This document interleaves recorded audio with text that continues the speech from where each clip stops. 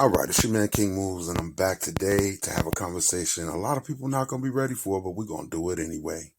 And it is white slavery in the United States. Now, most of y'all have heard the term free white. But if you wasn't free white, but you was technically white, what would that make you? That would make you a slave, right? Just like in the Library of Congress, they have pictures of white slave children. All right? Pay attention to this conversation real quick. But tonight, this is much more interesting than I.F. Stone's, Izzy Stone's book, because this deals with something right at home. And I would introduce our two speakers. Many of you will know who they are. But for those of you who may have forgotten who they are two very distinguished colleagues from World in Action, and who both had spent many, many years in probably the finest investigative operation in this country has ever mounted. And having said all of that, I'd like to introduce them so I can tell you about this extraordinary book. Go ahead. Well, this book began not as a book, but began as a TV documentary. This is what we thought. Its origins are Australia.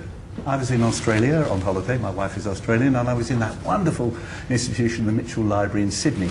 And I came across there, understandably, the Australians are kind of interested in convicts and transportation, and they have a vast collection on convicts and transportation. And I came across an astonishing book. It was very old, very obscure, and it amazed me. It told of how women were in the 18th and 17th centuries and children too, were shipped and sold in America. And I'd never heard of this. I'd never heard of the details. And while this only told a bit of the story, it disturbed me and encouraged me and horrified me. So I thought, great story here. And Don and I had been talking about how do we sell a story about the abolition of slavery. We've been talking about it and we hadn't come up with anything. I came back to England with the photocopy of this book, and he will tell you what happened then. Well, I suppose that I'm Laurel to Mike's Hardy, in that it was another fine mess he got me into. In that I read the photocopies of what he had brought back, and what he'd brought back was photocopies of a book written by a man called Abbott Emerson Smith, who had written about how women, mainly prostitutes, but all sorts of other people as well, who were taken out of the Bridewell prison in London in the early 1600s and sent off to the new colonies in America as brides for the planters, if you like. So these were women of marriageable age or a breeding age or whatever, who would be sent off, because up until then, of course, you had a brand new colony, it was all men, and for this to become viable, they needed women. And this seemed to be an astonishing thing, and so it went from there. And one looked at this and thought, well, this is just the tip of something. This is actually the edge of something here. And so the very fact that these women were taken out of the penal system in Britain, in England, and sent off to the new colonies, with no say for themselves about whether or not they went or not. So the interesting thing was, what was it they were going into? What was it was already there that these people could just be taken out and shipped 3,000 miles away? And so we started to look at what this possibly could mean and what the wider context was of that. And that's how it began. And we unearthed a wider and wider story. We found it wasn't just women, it was children, it was convicts, it was prisoners of war, it was all sorts. It was also people who signed up as indentured servants to get to America free of, they didn't have to pay the passage, the poor. They would be contracted, indentured by merchants and by captains and by planters' agents to go to America free, in return for which they gave up their rights to their labour for several years. It was supposed to be, according to history, it's 4 or 5 years. In fact, it could be as many as 12. And what they didn't realise was that they were signing away all their rights, and they had become chattels. They were used as property, regarded as property.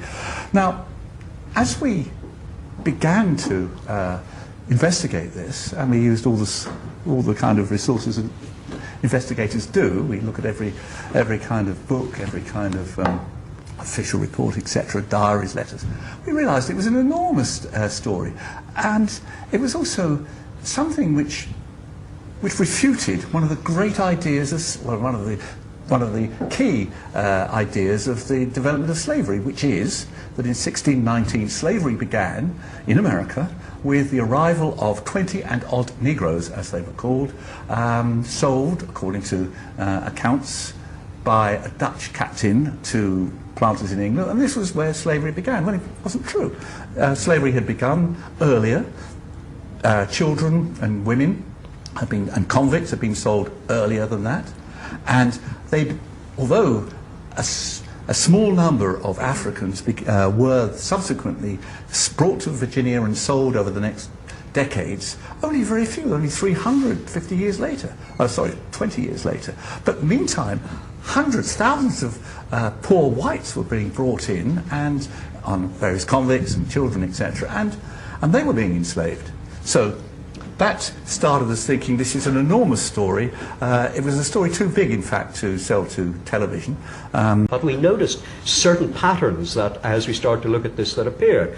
One of which was that when you looked at these early people who were sent out, like Mike just talked about, children were sent out, street children were rounded up and sent off. And when you read about the official versions as to why this was happening in the very early 17th century, the official versions were always that this was a great humanitarian thing, that they were taking these poor urchins off the street and sending them off to start a new life in these fabulous new colonies, where instead of having a dead-end life where they die on the streets of malnutrition and illness, they would be given a new chance. Well, if that were true, it suddenly occurred to us, we would surely know that, because that would be one of the greatest humanitarian things that's ever happened in the history of the world. So why was it that that's the way it was painted up at the time, which it was? Even John Donne, the famous poet, who was the Dean of St. Paul's, actually gave sermons from the pulpit of St. Paul's Cathedral about how this is a wonderful humanitarian thing, that these kids who have been sent off for this fresh chance. Now, if that was true, why isn't it something, you'd know that at school, you'd be taught about it. But interestingly, it's something which at the time was made a big deal of, but not now. It's not on any syllabus. So there was obviously something odd about this. Well, it's still perpetuated. You find that some history books still talk glowingly about how starving kids were sent to America and apprenticed. You can find it where it happened, at Bridewell, St. Bride's Church. I believe there is a commemoration of the apprentices who were saved and sent to America. Well, we looked at the documents, as you should. We looked at every document. I'm sure historians must have done, but they missed a lot, because those documents showed that these children were picked up and how they were going to be sold, and what they were going to be priced for, and what rights they didn't have. In fact, the company gave to itself all rights over these children. It pretended to anxious parents, there were some, that no, they would be given apprenticeships, they'd get land in the end. Nonsense. Most of them were dead within a year anyway, but this is still perpetuated. Sorry, I interrupted you there. Quite right. But thank God there are loads and loads of documents from the 17th and 18th centuries, and amazingly, and to be blunt, to look at, to see, well, why hasn't that appeared? Why hasn't that been used? And you can test, as a journalist should, assumptions against these documents, and you can find that many assumptions are wrong. So perhaps some of ours are, but certainly a lot of the general historians' assumptions are bloody wrong. And that was really our starting point, was to see why these assumptions had grown up, and why it was that what we were seeing in the contemporary documentation seemed to show a completely, if you like, a parallel universe. There's the official story, and there's the unofficial or perhaps true story, and we see huge parallels today in so many things, and it shows that spin was alive and well in the 17th century, just like it is now. You have the official story about what's happening, and then you have the hidden or covert story about what is really going on. And that's what we find that we were actually going after. See, the really educated white folks know that they were the slaves. They know they came from other countries as slaves, and when they got here, they were still slaves. A lot of us don't understand that we weren't necessarily slaves. We were prisoners of a war. Prisoner of war, more so than a slave. But we got along with the slaves, the white slaves, right? And that's what they're afraid of. That's what they've always been afraid of since they got here, is us working together. So, okay, this was just part one, and I'm going to drop some more on you later. Stay tuned as your man King moves.